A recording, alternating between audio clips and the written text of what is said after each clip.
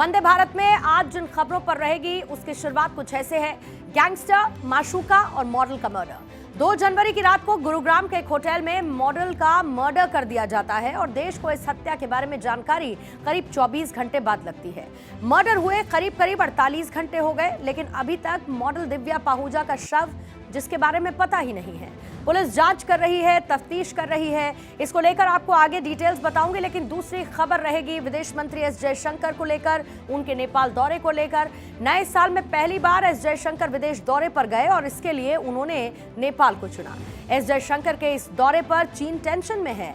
दरअसल चीन ये नहीं चाहता कि भारत और नेपाल की दोस्ती मजबूत हो, भारत से नेपाल कोई समझौता करे। चीन की मनाही के बावजूद नेपाल ने भारतीय विदेश मंत्री का शानदार स्वागत किया है। तीसरी खबर देश की सुरक्षा को लेकर है। पड़ोसी मुल्क चीन और पाकिस्तान लगातार नापाक हरकत करने में जुटे हैं और इसीलिए भारत अपने सुरक्षा तंत्र को मजबूत कर रहा है। भारत ने INS विक्रांत पर खतरनाक मिसाइलें तैनात कर दुश्मन की धड़कनें बढ़ा दी हैं। कौन सी वो मिसाइलें हैं जो दुश्मनों के नापाक इरादे को निस्ते-नाबूद कर देंगी, ये भी आपको बताने वाले हूं। लेकिन पहली खबर 27 साल की मॉडल दिव्या पाहूजा को लेकर, और मंगलवार की देर रात गुरुग्राम के एक होटल में हत्या कर दी गई दिव्या की। दिव्या पाहूजा पहले गैंगस्टर संदीप गाडोली की गर्लफ्रेंड थी और उसकी हत्या जिस तरह से की गई वो फिल्मी स्टाइल है। हत्या के आरोप में पुलिस ने 3 लोगों को अरेस्ट किया, लेकिन अभी तक मॉडल के मर्डर केस की गुत्थी सुलझी नहीं है। पुलिस जांच कर रही है, लेकिन अभी तक दिव्या का शव भी नहीं मिला। हालांकि आज कुछ सफलता जरूर हाथ लगी है। सबसे पहले इसकी टाइमलाइन जानिए। पुलिस को दिव्या पाहूजा का एक फोन मिल चुका है। पुलिस ने अभिजीत का फोन भी बरामद कर लिया है। दिव्या को 6 लाख रुपए अभिजीत दे चुका था, ये जानकारी भी आई है। दिव्या पाहूजा के सिर में गोली मारकर उसकी हत्या की गई और पटियाला से BMW कार एक बरामद की गई है। दिव्या की हत्या में एक महिला भी शामिल है और इस हत्या में शामिल अब तक 5 लोगों की पहचान की जा चुकी है, जिसमें से 3 की गिरफ्तारी हो चुकी है।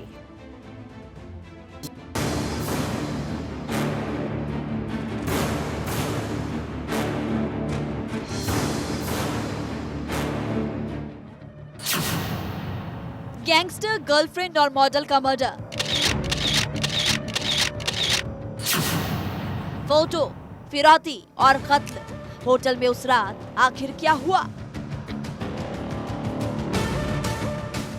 सीसीटीवी कैमरों में मर्डर की ना जाने कितनी ही तस्वीरें कैद होती है, मगर कत्ल के बाद लाश निपटाने की ऐसी तस्वीरें शायद पहली बार दिख रही होंगी।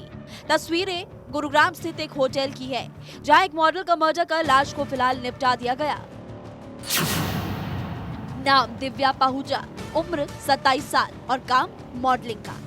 मॉडल दिव्या पाहूजा गैंगस्टर संदीप गाडोली की गर्लफ्रेंड और मॉडल थी। करीब 8 साल पहले गैंगस्टर गाडोली की हत्या कर दी गई। अब उसकी गर्लफ्रेंड और मॉडल दिव्या की भी हत्या कर दी गई। दिव्या के मर्डर की कहानी पूरी तरह से फिल्मी लग रही है। गुरुग्राम के सिटी पॉइंट होटल में जो घटना हुई है, आज उसे पूरा देश जान चुका है। इस होटल के अंदर हुआ है एक मॉडल का कत्ल। जी हाँ, एक मॉडल का कत्ल, और कत्ल करने वाला कोई और नहीं बल्कि मॉडल का साथी अभिजीत सिंह है। और ये अभिजीत सिंह इसी होटल के अंदर इस घटना को उसने अंजाम दिया है। पुलिस ने दिव्या की हत्या के आरोप में होटल मालिक अभिजीत सिंह, ओम प्रकाश और हेमराज को गिरफ्तार किया। ओम प्रकाश और हेमराज ने दिव्या की लाश ठिकाने लगाने में मदद की थी। 2 जनवरी की सुबह 4:18 पर दिव्या पाहूजा आरोपियों के साथ होटल में पहुंचती है। तीनों कमरे में चले जाते हैं और रात 10:44 पर दिव्या की लाश घसीटने की तस्वीरें सामने आती है। हत्यारे दिव्या की लाश ठिकाने लगाते नजर आए। खबर सामने आने के बाद पुलिस मामले की जांच में जुट गई। हर एंगल से जांच की जा रही है। जब वहाँ पे होटल के तलाशी ली गई और जो कैमरे देखे गए, उससे पता लगा कि एक लड़की की लाश को वहाँ से डिस्प्लेस किया गया 3 लोगों द्वारा, और उसको फिर BMW गाड़ी में डाला गया। डेड बॉडी के बारे में क्योंकि कैमरों से ये एस्टेब्लिश हो गया है कि डेड बॉडी को डिस्प्लेस करने के लिए BMW गाड़ी का इस्तेमाल किया गया है। अभी करीब आधे घंटे पहले जो BMW गाड़ी है वो पटियाला बस स्टैंड पे डिटेक्ट हो गई है। हमारी टीम वहाँ पहुँच गई है। आरोपियों से पूछताछ की जा रही है। पूछताछ के आधार पर पुलिस की टीम पंजाब पहुंची और पुलिस को अनुमान है कि शायद आरोपियों ने दिव्या की लाश को पंजाब में ठिकाने में लगाया। आशंका जताई जा रही है कि लाश घग्गर नदी में फेंक दी है। जिस रास्ते आरोपी BMW कार से लाश को लेकर गए थे, पुलिस उस रास्ते की CCTV खंगाल रही है। और आगे बढ़ते हैं। अब 2 दिन के दौरे पर नेपाल गए विदेश मंत्री एस जयशंकर आज फुल एक्शन में नजर आए। पहले उन्होंने नेपाल के विदेश मंत्री से मुलाकात की, इसके बाद नेपाल के राष्ट्रपति और प्रधानमंत्री से मिले। एस जयशंकर इसके बाद अपने नेपाल के समकक्ष के साथ अहम बैठक उन्होंने की, जिसमें द्विपक्षीय संबंधों, व्यापार, संपर्क परियोजनाओं और रक्षा एवं सुरक्षा में सहयोग समेत अन्य मुद्दों पर उनसे चर्चा की गई। इस दौरान दोनों ही देशों में अहम समझौते भी हुए हैं, जैसे कि उच्च प्रभाव सामुदायिक विकास परियोजनाओं को लेकर समझौता हुआ, दीर्घकालिक विद्युत व्यापार पर सहमति बनी है और नवीकरणीय ऊर्जा विकास को लेकर भी समझौता हुआ। मुनाल सैटेलाइट को लेकर बात हुई। जजरकोट भूकंप के बाद राहत आपूर्ति की जो 5वीं किश्त है उसको सौंपने को लेकर बात हुई। 3 क्रॉस बॉर्डर ट्रांसमिशन लाइनों का संयुक्त रूप से यानी कि जॉइंटली उद्घाटन, उसको लेकर भी चर्चा की गई। और इसके साथ ही इस मुलाकात को महत्वपूर्ण बताया जा रहा है क्योंकि नए साल की शुरुआत के साथ ही एस जयशंकर पहुंचे नेपाल।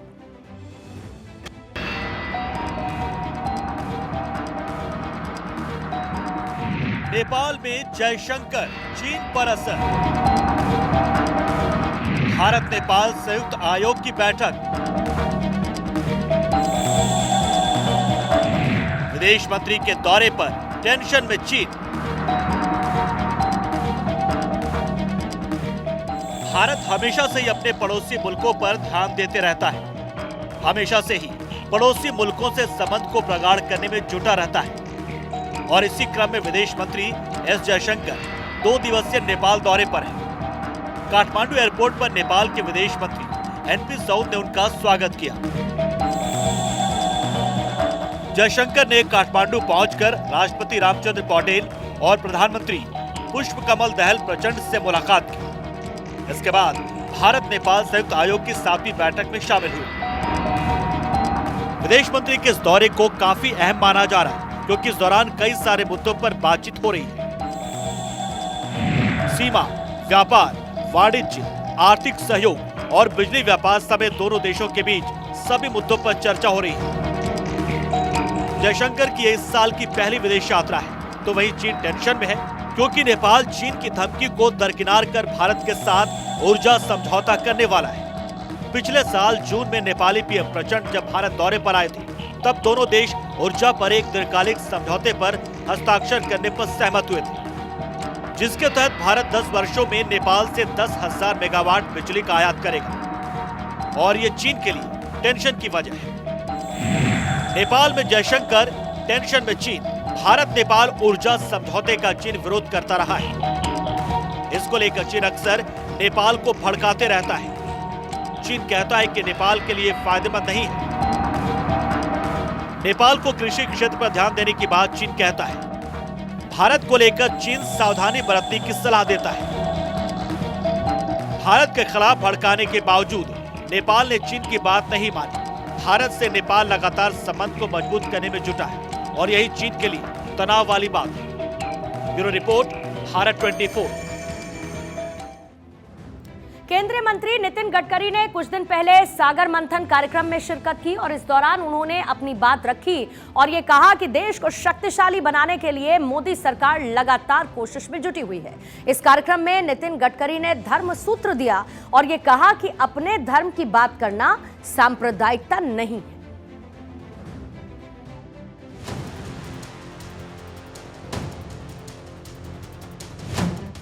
नितिन गडकरी एक ऐसी शख्सियत जिनके कामों की सराहना हर कोई करता है। सत्ता पक्ष हो या विपक्ष, सभी नितिन गडकरी के मंत्रालय की खूब वाहवाही करते हैं। नितिन गडकरी जो भी बोलते हैं डंके की चोट पर बोलते हैं, बिना किसी लाग लपेट के अपनी बात को जनता के सामने रखते हैं। अब उन्होंने साफ साफ कहा कि धर्म की बात करना सांप्रदायिकता नहीं है। सागर मंथन नामक एक कार्यक्रम में नितिन गडकरी ने अपनी बात रखी। इस कार्यक्रम में उन्होंने अपनी पार्टी की नीति बनाई। कहा कि मोदी सरकार की नीति राष्ट्र प्रथम है और नीति के जरिए देश को विकसित देश बनाने की पुरजोर कोशिश हो रही है। केंद्रीय मंत्री ने इस दौरान धर्म और योग पर भी अपनी बात रखी और कहा कि समाज को हिंदुत्व से ये जोड़ती है। आज हमारा आयुर्वेद योग पूरी दुनिया में मशहूर हुआ है। पूरी दुनिया में योग दिवस मनाया जाता है। हिंदुत्व एक जीवन पद्धति है, विचार है, संस्कृति है जो समाज को जोड़ती है। हमारी संस्कृति कहती है कि विश्व का कल्याण हो, धर्म कर्तव्य के साथ जुड़ा हुआ हो। अपने धर्म के प्रति श्रद्धा रखना, उसकी बात करना सांप्रदायिकता नहीं है। प्रधानमंत्री नरेंद्र मोदी कई मौकों पर कह चुके हैं कि अगले 5 साल में भारत दुनिया की तीसरी सबसे बड़ी अर्थव्यवस्था बन जाएगा और इसके लिए लगातार प्रयास किए जा रहे हैं। नितिन गडकरी ने पीएम मोदी की बात को दोहराते हुए कहा कि भारत को महाशक्ति बनाने की दिशा में काम हो रहा है। ज्ञान, विज्ञान, शोध, अपनी विरासत, संस्कृति और प्रगतिशील विचारों के समन्वय से भारत को महाशक्ति बनाना है, ताकि आने वाले 5 साल के अंदर भारत दुनिया की तीसरी सबसे बड़ी अर्थव्यवस्था बन जाए। देश को विकास की राह पर ले जाने के लिए कई मॉडल अपनाए गए, मसलन साम्यवाद, समाजवाद और पूंजीवाद। आजादी के बाद इन तीनों मॉडल को कभी न कभी लागू किया गया। इस पर नितिन गडकरी ने कहा कि देश में तीनों मॉडल फेल हुए। अब सवाल उठता है कि अगर तीनों मॉडल फेल हुए तो देश विश्व गुरु कैसे बनेगा, रोजगार का निर्माण कैसे होगा। इस पर केंद्रीय मंत्री ने अपनी सरकार की प्लानिंग बताई। हमारी सरकार गरीबी दूर करना चाहती है, इसके लिए रोजगार निर्माण करना होगा। रोजगार के लिए हमें उद्योग, व्यापार को बढ़ावा देना होगा और खेती का विकास करना होगा। जब तक पूंजी का निवेश नहीं होगा तब तक रोजगार निर्माण नहीं होगा और इस निवेश के साथ ही समन्वय स्थापित करते हुए आगे बढ़ना होगा। नितिन गडकरी ने देश को आगे बढ़ाने का ब्लूप्रिंट बताया। उन्होंने कहा कि जीडीपी के विकास में 12 से 14% कृषि क्षेत्र है, निर्माण उद्योग का 22 से 24%, विभिन्न सेवा क्षेत्रों का 52 से 54% योगदान है। एक वक्त था जब 82 से 85% आबादी गांव में रहती थी। आज 30% आबादी गांव से शहर की ओर जा चुकी है। गांव में सुविधाएं नहीं होने से आर्थिक विषमता बढ़ी है।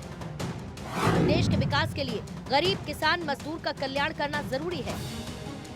इसके लिए जल, जमीन, जंगल और जानवर पर आधारित आर्थिक व्यवस्था को अपनाना होगा।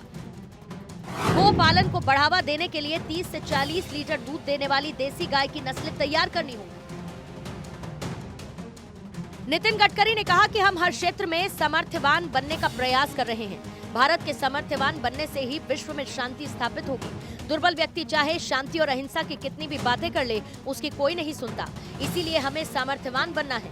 हम सामर्थ्यवान और सशक्त अवश्य बनेंगे, लेकिन विस्तारवादी नहीं बनेंगे। Bureau report, Bharat 24।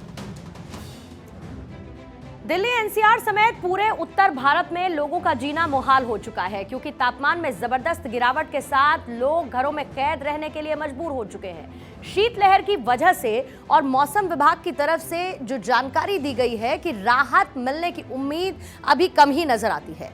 कड़ाके की ठंड से विश्वविख्यात डल झील भी अब जमने लगी है।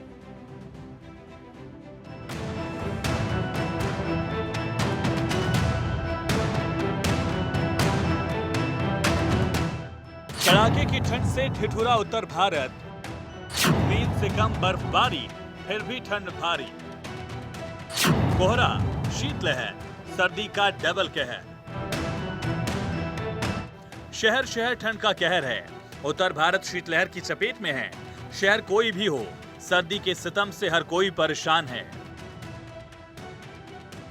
नए साल में लोग घने कोहरे के साथ कड़कड़ाती ठंड का अनुभव कर रहे हैं। दिन भर चल रही शीतलहर ने लोगों को जबरदस्त ठंड का एहसास करा दिया है। अभी तक पहाड़ों पर उतनी बर्फबारी नहीं हुई, लेकिन ठंड 7वें आसमान पर है। तस्वीर जम्मू कश्मीर के श्रीनगर की है। तापमान माइनस में है। विश्वविख्यात डल झील जमने लगी है। डल झील का आधे से ज्यादा हिस्सा जहां बर्फ की मोटी परत जमी हुई है। दिल्ली में 3 दिन से काफी ठंडे में देखने को मिल रहा है कि सूरज भी नहीं निकल रहा है। आज तो ज्यादा ही, ये बादल भी हो जाता है, कभी इतनी सर्दी हो जाती है, कभी ठंडी हवा चलती है। मतलब काफी पहले से महसूस हो रही है कि ठंडी है दिल्ली में। भाई ठंड बहुत पड़ रही है। यहाँ देख लो कितने बंदे आग सेक रहे हैं। ठंडी बहुत पड़ रही है, सारे बंदे बैठे आग सेक रहे हैं। हम लोग ठंड के बचने के लिए कपड़े, जूते, मोजे सब पहन के, जैकेट, सदरी सब पहन के बैठे हैं, आग सेक रहे हैं। दिल्ली में भी ठंड जबरदस्त है। आलम यह है कि पहाड़ों से ज्यादा दिल्ली में सर्दी का सितम है। गुरुवार सुबह की शुरुआत घने कोहरे और हाड़ कपा देने वाली ठंड से हुई। राजधानी में न्यूनतम तापमान 7 डिग्री सेल्सियस दर्ज किया गया। दिल्ली के कुछ हिस्सों में मौसम विभाग ने येलो अलर्ट जारी कर दिया है। राजधानी में अधिकतम तापमान 15 से 16 डिग्री सेल्सियस के आसपास अधिकतम तापमान सामान्य से 4 से 5 डिग्री सेल्सियस कम। पिछले कई दिनों से दिल्ली में घने कोहरे का प्रकोप। दिल्ली के साथ पंजाब, हरियाणा, राजस्थान और दूसरे राज्य भी कोहरे और ठंड का कहर झेल रहे हैं। राजस्थान के सीकर में पारा 1 डिग्री सेल्सियस तक पहुंच गया है। माउंट आबू में भी तापमान शून्य के करीब है। एमपी, बिहार, यूपी, राजस्थान समेत 15 राज्यों में गुरुवार को दिन की शुरुआत कोहरे से हुई। भोपाल, जयपुर समेत उत्तर और मध्य भारत के 22 शहरों में विजिबिलिटी 200 मीटर से कम रह गई। Bureau report, Bharat 24।